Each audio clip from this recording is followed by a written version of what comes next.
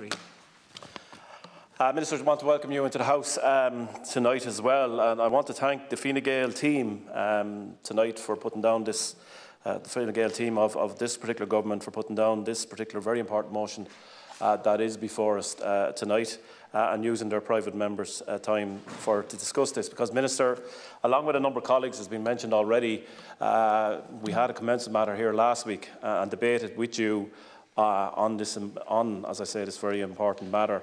But I do welcome the chance, Cathaoirleach, to discuss this again tonight, because quite simply this problem is still massive in the area where I live in South Kildare, has been mentioned by other colleagues here tonight. And unfortunately, Minister, it's not getting much better for those that find themselves in this situation. I watched the piece on prime time last night, Minister, and became even more worried about possible solutions to this problem than I had been when I left this House last week after the commencement matter. I'm not sure, Minister, that your department are hearing the problems that these families and not individuals are facing on a day-to-day basis, because that's what's happening. It is family problems. It's families being upset.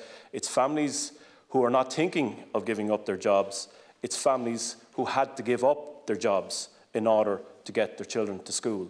That is the reality in Kildare, that is the reality in other counties, and that is what happened.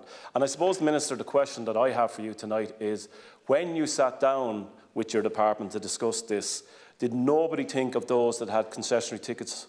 Did nobody actually look at how many people had concessionary tickets, and that those under the eligibility that you say that you looked under this scheme, that they were going to lose out? And what were those families going to do? Did nobody in your department ask the question? That is the bottom line here. Those are the people that are suffering. Those are the people that are ringing me and other colleagues in Kildare week in, week out, and are crying on the phone to me because they cannot get a ticket. There is no solution for them.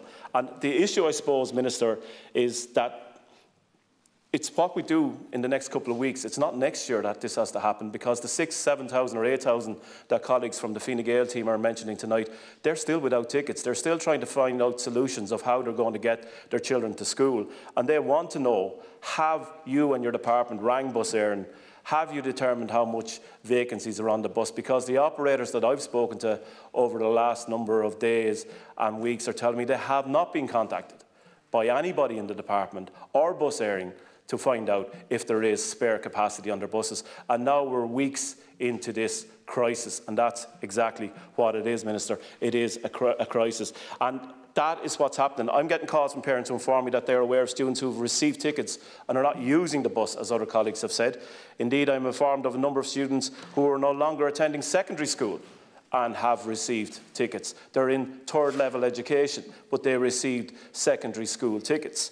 And over the weekend, Minister, I was contacted by a school teacher who told me of 2 pupils who are no longer in her school. The reason she contacted me was there was a mother crying with her because she won't be able to bring her children to school. She rang me to say, can I point this out when we're having these discussions, that there are 2 vacancies on that particular bus in Kildare, and this has been replicated time and time again, Minister, throughout the phone calls that I have. I could give you personal stories again, Minister, like I did the last day. I have sent to your department an issue that you asked me to do the last day, and I'm sure you will be back to me on that particular issue. But the bottom line here is those that had tickets and had them for 5 and 6 years and 4 and 3 years, and now find themselves on the side, their children on the sides of the road, and they're following these buses, as I said the last day, and they're following them with empty seats on it, because that's what's happening. Somebody needs to take it. And finish on this point and hand over to my colleague. I just wanted to take up the issue of the €70 that you mentioned tonight, Minister. You mentioned that Bus Éireann are keeping this under review.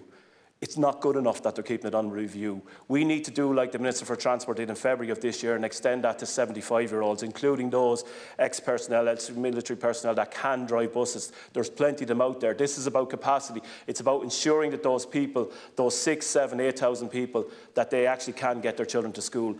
Phone calls need to be made, as I said the last day, Minister. Please, please start making those phone calls. Go on.